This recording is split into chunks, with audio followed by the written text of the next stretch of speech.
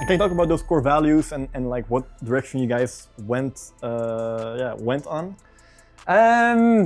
Yeah, I mean, I think it's interesting that it wasn't a marketing concept to start with. So certain things also develop over time. I think if you look at the core values, it was just create beautiful, expensive looking watches at an affordable price point. I think that's the foundation of where we came from. And in the end, we were different than everybody else. We were, obviously oversized. We stood out. You already saw that oversized watches were getting more popular, but we were really the ones setting the trend in that price point on that scale. So I think that, that rebellious mentality, doing things different, that was always something that, was there from the beginning. And then, we kind of translated that in every activity that we did. But I think, especially with a brand, when it's a family company and a brand that is so close to you, it kind of represents who you are and you translate that into your brand. And certain things developed over time. And I think especially the motorsport part. In Holland, there was a first partnership, for Dakar. Which was very good, and then we got approached by a company called A1GP, and A1GP was the World Cup of motorsport at the time. Really amazing platform, nation versus nation. So you had, it's like the World Cup of football, but then in motorsport. So great concept. You had Team Holland, Team UK, Team Spain. So for us, it was a perfect opportunity to do something on a global scale, but also have local execution where our partners could connect with the local teams and activate that in their local markets. And when we got approached by that, it was, the business was doing really well, but it was still, my father, myself, and we had one guy in the warehouse. So the guy that I was speaking to, I'm like, financially it's not, a problem. I said, but we have no people that can activate this. So I said, I think it's a great opportunity, but you have to give me some time to build a team and prepare ourselves to do something the right way. Because if you do a sponsorship, it's not about just putting logos on a car or on a bike. It's really about how you activate it, how you make sure that your audience and your fans, they become a part of that. So whether it's doing events or invite people to races or, we did a lot of amazing things. So then we started to, put more structure into the company, put more people in place on a marketing level. And that was, I think, 6-7 months after that, we signed the partnership with A1GP. And that was, fantastic. And really our, first major sponsorship within the world of motorsport. And then something even bigger followed, I believe.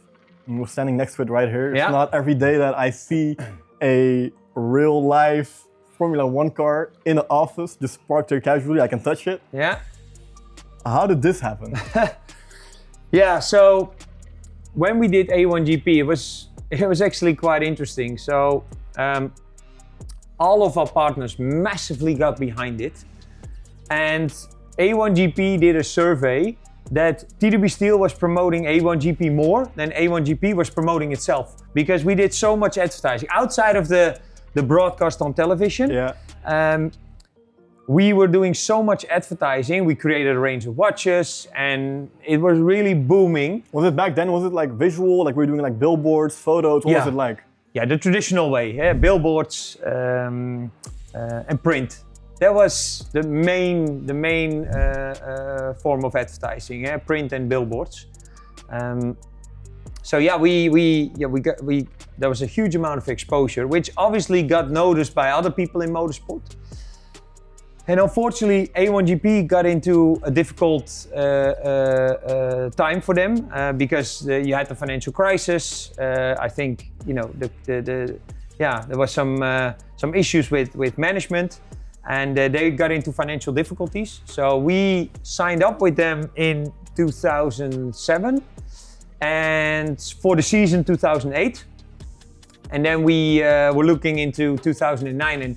they didn't have a calendar. They, the schedule still needed to be determined. They had a couple races that were confirmed, but it was from, I think the previous year, it was 10 or 12 races, only like 3 or 4 were already confirmed for the next year. And, we told them as well, like, listen, we need to have a schedule because you need to start planning. But that never really, we saw that they got in difficulties. And at that time we got approached by Renault, Formula One at the time. And you think to yourself, okay, this is, it's a massive step and a way too big of a, it's too far away from us right now where we are, because we were only 4 years old. No, 3 years old actually, because I think we got approached by them end of 2008 or beginning of 2009, something like that. So early days. But they invited me to a Formula One race, so I thought, okay, I'm not going to say no to that. And that's also like the reason that they reached out to you was because they probably have seen the prior success with your previous partnership. That's what they said. They said, listen, we see what you guys are doing with A1GP, but why don't you come do it with the big guys? And like I said, they invited me to a race. My first race was Monaco, which was fantastic. Oh, amazing. And also an interesting story. My best friend got, it was his bachelor party. He was getting married, and it was his bachelor party that weekend. So I did, and I was the best man. So I did the bachelor party on Saturday night without sleeping. Took the first flight from Amsterdam to Nice, straight onto the track, and did the meeting with the guys in Monaco, and got the full experience. The grid walk. I mean, I still have all the passes from all the races that I've ever been to. And I was actually organizing them a few weeks ago, and I saw the pass of Monaco, the grid pass, which is like the golden ticket right now. I mean, now it's only celebrities. It's almost not possible anymore. No. It's very different now, but great experience. And where A1GP was very open and very accessible, Formula One is like the complete opposite. It's everything. Even back then? Yeah. It's even worse now, but it was very restricted. Passes for everything. Okay, you have VIP area, great, but you can't go into the pit lane or you can't go to the garages, and very, very different.